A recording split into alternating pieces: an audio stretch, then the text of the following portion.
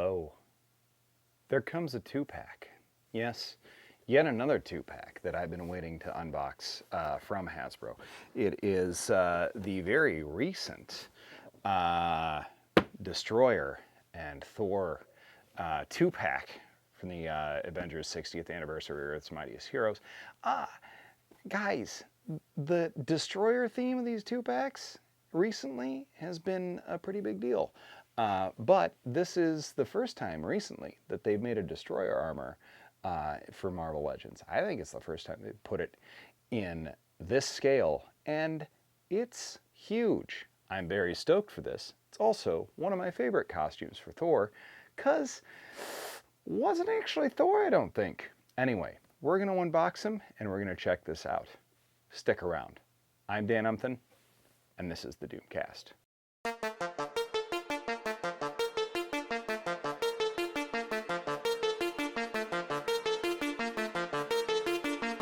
Yeah, we're doing a lot of Infinity Gauntlet costumes out of these, but I'm stoked for this. So first of all, we've got this Thor and this Destroyer armor. Now, all right, first of all, let's just focus on the Destroyer armor for a second, because this guy is chunky and detailed. Hydra Stomper, I think, is about roughly the same size, but this guy's the equivalent of like 8-9 feet in 1/12 scale, so pretty solid. You've got all of the detailing of the armor and the spikes along the side. Really sweet armor. It says Odin would use this to project his consciousness in. There's nothing inside. You probably remember a version of this from the first Thor movie, and they got it mostly comic accurate. You get the blaze, the heat vision blast from the eyes. You got the, pretty much it's indestructible, and not even an Asgardian god is capable of destroying it. It is pretty much indestructible, and it's pretty sweet. It's a great, consistent, not always enemy. Sometimes it gets used by good guys to defeat stuff that they otherwise couldn't take out. So pretty sweet. It's one of a few Thor villains that I'm really glad I'm actually getting to add to the shelf. I really could use an Amora Enchantress and a Scourge. I don't know when we're ever gonna get either of those, because they have been pretty slow in making them. But this Destroyer is sweet. The only drawbacks is that you've got the tick in here that lets him turn and pose just a little. He's not terribly flexible, but at the very least he's not quite as gummy as some Legends plastic has been recently. There's not a whole lot of articulation needed for Destroyer, I think, just because, I mean, that's what it is. It's just this big metal Hulk. I don't remember if he's made from Uru also. I don't think so. But yeah, this is just what he does. He punches down a lot. You know, like an edgelord comedian. Just punches down. Doesn't understand. You're not supposed to do that. It's not gonna win you anything. But this is sweet. This I'm super stoked for. Okay, so this is a bearded version of Thor. Not just any bearded version of Thor. If you read Infinity Gauntlet and any of the Thor in the early 90s, late 80s, early 90s, probably just early 90s, leading up to this, and then after, you know that this is not Donald Blake. It is not Thor Odinson. It is a dude named Eric Masterson. Not related to the dude from that 70s show who was a Scientologist. Totally unrelated. This version of Thor had he was able to lift the hammer. He was, has the inscription on the hammer right here, which is pretty sick. It was just a dude named Eric who had a sick frickin' beard, and he was able to lift the hammer, possibly because of the beard. And, he just ended up going to fight Thanos, quite literally, with it and getting his ass kicked along with everybody else. Everybody took one, you know, until Cap touched that chin. So that was, that's, you know, about how that whole thing went down. And even Cap also kind of lost until, yeah, old Adam Warlock popped out and was just like, let the conflict end. And it did. It's very disappointing that we got such a crap version of Adam Warlock in a very good Guardians movie. And that is aside from the point.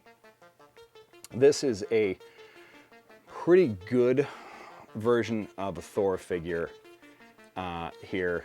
The detail on the beard, the sculpted beard, is great. I love it. I loved the winged helm. He comes with 2 heads, which that's one of the Eric Masterson heads. But the primary one you probably remember, especially from the Infinity Gauntlet story, as drawn by George Perez, is this, the one that had the mask, ostensibly to hide the fact that he was not actually Donald Blake Thor from everybody else, which was, you know, what it was. You know, you get a little bit of side boob in the costume. That's the way it was designed, but it's mostly a classic Thor costume. But it just had the painted on chest plates, the Kirby orbs as they were. My only beef with this figure is, while I like the detail and the look of the greaves here on the bottom, whatever plastic they're made out of, it suffers from that kind of gumminess. They're just a little wiggly. The knees do not feel terribly strong. My guy needs to do some wall sits to beef up those patellar tendons, and just, you know, generally make sure that mobility is going to be all right in advanced age. That's something, you know, you really can't start thinking about too early.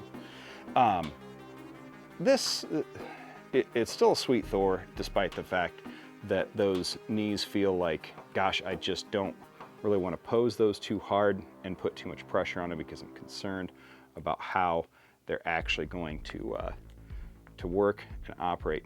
But you can, with the accessory that came with the Ragnarok Thor. You remember the clone that Reed Richards made out of a strand of Thor's hair to just bring back a Thor in Civil War. Man, Mark Miller, I'll tell you. Anyway, there's this sweet accessory that came out a while ago. It's a little big for his hand. I'm not using it with Ragnarok, but I've used it with some others. And honestly, Marvel Select made one of these first, but that just looks dope. And I think that's how I'm gonna pose him, because this reminds me of, like, I think the cover of, like, whatever Thor 300 something that it wasn't 300. It might have been Thor 400. Anyway, when Eric Masterson debuted. This is a great figure from the molded cape. I don't love the paint app on the torso, but all in all, oof, yeah, beefy bearded Thor is a great Thor. I wish that the hand was just a little bit tighter to hold stuff, especially so it could hold this. But you know what? I could probably just switch the hands out from Ragnarok and put it on him pretty easily. That is a satisfyingly good-looking 2-pack right there. Even if you got to use Thor's cape for support, and this isn't the most flexible destroyer, yeah, you get it. You guys get it. One side note, is it worth it? It is a little bit expensive. Price point of this, and I think mostly because Destroyer is pretty huge and the plastic for Thor is a little bit heftier. They're 2 bulkier figures, so this cost a little bit more. Am I disappointed in that? Yeah, I feel like there should be standardized pricing for this kind of thing, especially since what I feel like they're doing with the Destroyer and with the Drax the Destroyer, they're making Build-A-Figures that could have been part of other waves that they didn't want to, or maybe couldn't end up making them incorporated into anything else. But I can't complain too much. These two, a match made in Niflheim. Just perfect. They look pretty sweet. Minor drawbacks, but I think this is a pretty decent iteration of a classic Thor villain and a semi-classic version of Thor that I think doesn't get the respect it usually deserves. But I'm glad it did in 6-inch, and I'm glad it works with this accessory. Yeah, all in all, also comes with an additional punchy hand, which is, in my opinion, not a super great accessory, but it'll do. This decent 2-pack, I think I can respect it. I'm happy with it. That is exactly what I expected out of this bad boy. So, hope you guys enjoy the short review, and I wish you the best. Hopefully we'll see you again next week. Peace.